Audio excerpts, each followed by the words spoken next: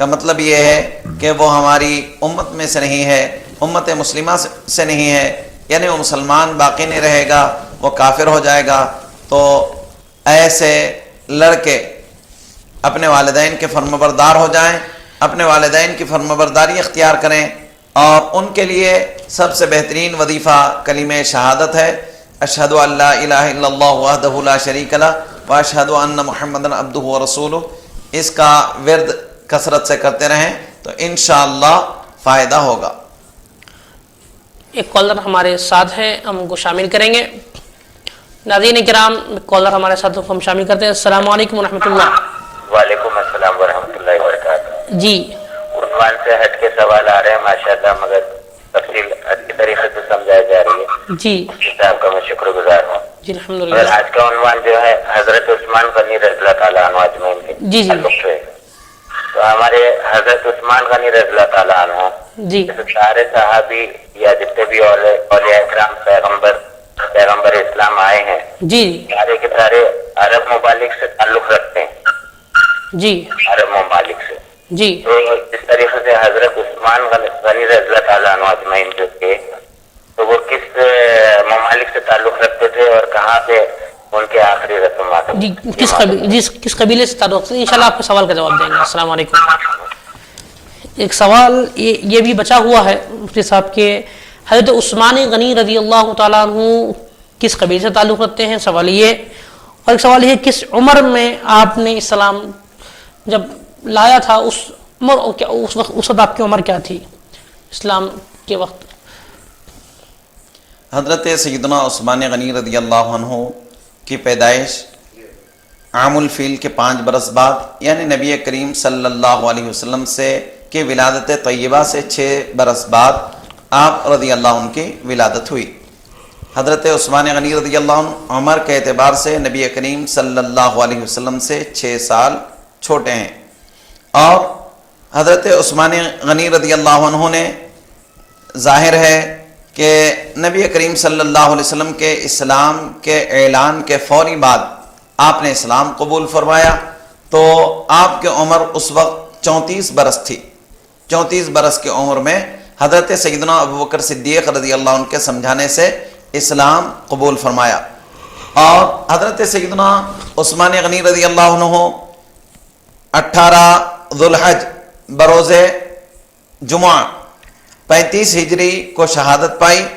تو حضرت عثمان غنی رضی اللہ عنہ کی اس وقت عمر شریف 83 سال تھی. سیدنا عثمان غنی رضی اللہ عنہ کا تعلق قبیلہ بنو امیہ سے ہے، جو بنو امیہ نبی کریم صلی اللہ علیہ وسلم سے بعد میں حضرت عثمان غنی رضی اللہ عنہ کی 8ویں پیڑھی میں چھٹی پیڑھی میں نبی کریم صلی اللہ علیہ وسلم سے آپ ملتے ہیں. بنو امیہ قبیلے سے تعلق ہیں. حضرت عثمان غنی رضی اللہ عنہ کا تعلق بنو امیہ سے ہے. تو حضرت عثمان غنی رضی اللہ عنہ کے دادی جان حضرت نبی کریم صلی اللہ علیہ وسلم کے پھوپھو ہوتے ہیں. اس طرح سے آپ پھپھیری بہن کے لڑکے ہیں، نبی کریم صلی اللہ علیہ وسلم کے پھپھیری بہن کے لڑکے ہیں. اس طرح سے ننیالی رشتے میں بھی نبی کریم صلی اللہ علیہ وسلم سے قریبی رشتہ ہے، اور ددیالی رشتے سے بھی نبی کریم صلی اللہ علیہ وسلم کا قریبی رشتہ ہے. ناظرین کرام، ابھی آپ سماعت فرما رہے تھے کہ عثمان غنی رضی اللہ تعالیٰ عنہ کس قبیلے سے تعلق رکھتے ہیں. اور ایک کالر ہمارے ساتھ ان کو ہم شامل کریں گے. السلام علیکم ورحمۃ اللہ. وعلیکم السلام ورحمۃ اللہ وبرکاتہ. جی میں نگر سے بات کر رہا ہوں. جی آپ کا نام؟ بیوی جو ہے نا، تو شوہر کی بات نظر کا جو گھر سے نکلتی نا، جی اس کا کیا ہے؟ جو شوہر نہ جانا ان کی اجازت نہیں تھا نا، جی تو اگر اس کی بات نظر کا اگر باہر گئی تو اس کا حکم کیا ہے؟ یعنی بغیر شوہر کی اجازت سے گھر سے باہر نکلنے کی جو وعید ہوگی وہ کیا اس پر ہاں اس کا جی جواب دیجیے میرے. جی انشاءاللہ آپ کے سوال کا جواب دیا جائے گا. السلام علیکم. شوہر کی اجازت کے بغیر بیوی کا گھر سے باہر نکلنا، خواتین کا گھر سے باہر جانا، اس پر کیا وعید ہوگی؟ اللہ رب العزت نے ارشاد فرمایا کہ اپنے بڑوں کی اطاعت کرو، جیسے کہ اللہ رب العزت نے فرمایا اطیعوا اللہ واطیعوا الرسول اولی الامر منکم، تو شوہر بھی اولی الامر کے درجے میں ہے، شوہر کی اطاعت لازم ہے، فرض ہے، اس کی نافرمانی اللہ رب العزت کی نافرمانی تصور ہوگی، کیونکہ اللہ رب العزت نے اس کو مقام دیا ہے، اس کو مرتبہ دیا ہے۔ جب اس کا مقام ہے، اس کا مرتبہ ہے، اللہ نے اس کو اول الامر بنایا ہے، تو اول الامر کی اطاعت لازم ہے، ضروری ہے۔ اس کے اطاعت کے بغیر بیوی اس کے اطاعت سے اگر منہ موڑ لے تو وہ اللہ رب العزت کے احکامات کی نافرمان تصور کی جائے گی۔ چنانچہ ایسی بیوی کو توبہ کرنا چاہیے، اور ایسی بیوی کے لیے لازم ہے کہ آئندہ شوہر کی نافرمانی نہ کرے۔ ناظرین کرام، ابھی آپ نے سماع فرمایا، ایک کالر ہمارے ساتھ ہے، ان کو ہم شامل کر دیں۔ السلام علیکم ورحمۃ اللہ۔ جی میرے دوست خدیجہ میں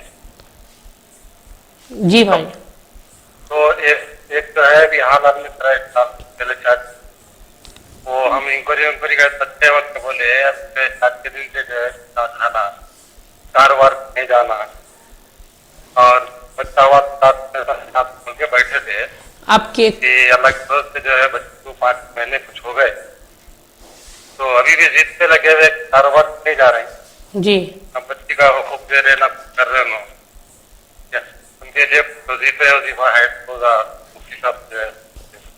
جی آپ کے سوال کا جواب دیا جائیں گے۔ ناظرین کرام، یہ آخری کالر ہمارا تھا اس پروگرام نور شریعت کا۔ آخری سوال مفتی صاحب سے یہ ہے کہ ایک صاحب کاروبار کی طرف دلچسپی نہیں لے رہے، کاروبار کرنے کے لیے ان کو بڑی پریشانی دقت ہو رہی ہے۔ ایک کالر، آخری کالر ہمارے ساتھ ہیں، ان کو ہم شامل کریں گے۔ السلام علیکم ورحمۃ اللہ۔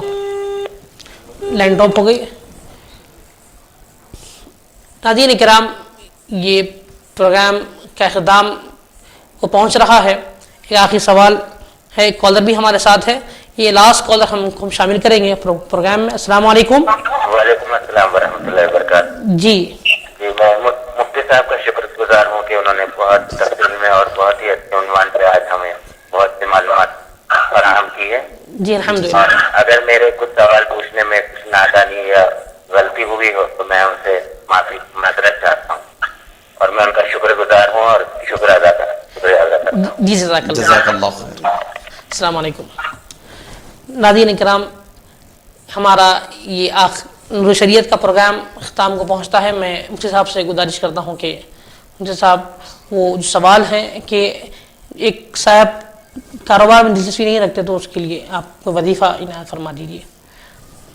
سب سے بہترین وظیفہ استغفار ہے۔ اللہ رب العزت کی بارگاہ میں کثرت سے استغفار کرتے رہیں۔ استغفار کا مطلب ہے اللہ رب العزت کی بارگاہ میں توبہ کرتے رہنا۔